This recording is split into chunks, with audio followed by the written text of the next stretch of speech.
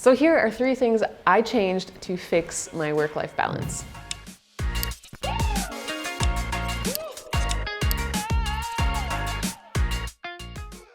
The first year of remote work was a struggle. Like many, I've been working from home for about a year now, and it didn't come naturally to me, particularly the part about drawing the line between work and life. So here are 3 things I changed to fix my work-life balance.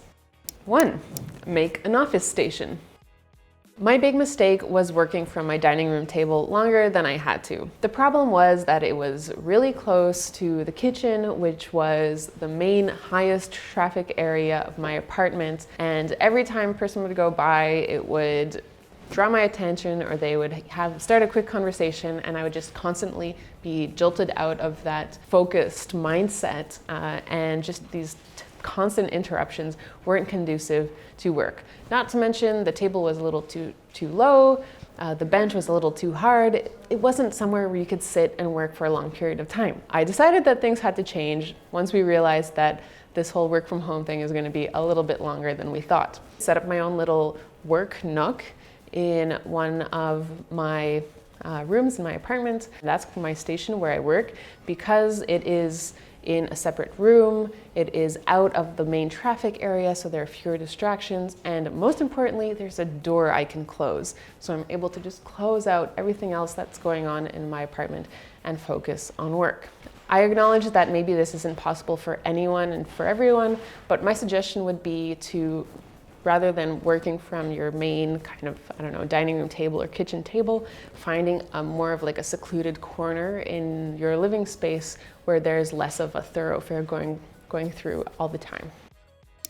Creating rituals at the beginning and end of each workday. One of the biggest issues of work-life balance is that your work tends to bleed into your life because it's so easy to just roll out of bed and roll up to your computer, as opposed to in the olden days when you would have to put yourself together and do all of your hygiene stuff. And now all of that's out the window. At first it seemed like, oh, this is great, but after a while you realize that you're missing out on that very important time for yourself, because hygiene is still a thing even in lockdown.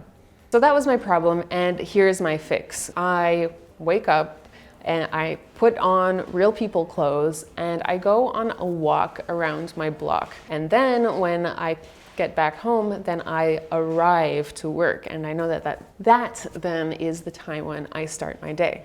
And then at the end of the day, when you are most likely to kind of keep working because your computer is right there and you don't really know when to turn off, or your colleagues don't know when to stop sending you emails or calls or Slack messages, because that end of workday kind of time is different for everyone, and it's all just really weird. To fix that, I implemented a different routine, which for me is saying bye to everyone in my Slack channel, so my teammates, so they know that my workday is ended and I'm not on the clock anymore, and I take my glasses off. As I've mentioned before in previous videos, I wear my glasses to read, so by taking them off at the end of the day, it's a physical signal to my body that you don't have to focus anymore. 3 is setting office hours for yourself. What seemed to be the major benefit of working from home was that you could take a midday nap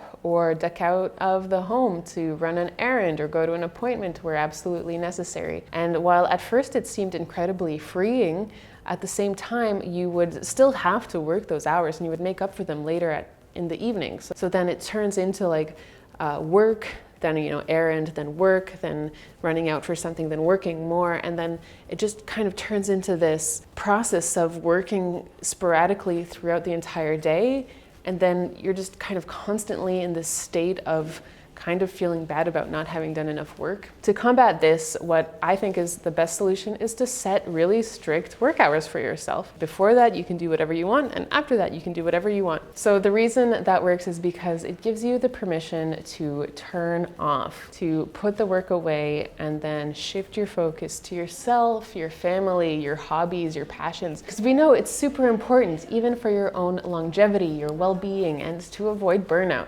So do yourself a favor and create these work hours. So I hope that these 3 fixes helped you and inspired you to think of your workday differently. And now let me know in the comments, what are you struggling most with nowadays? I would love to hear about it, and we can commiserate together.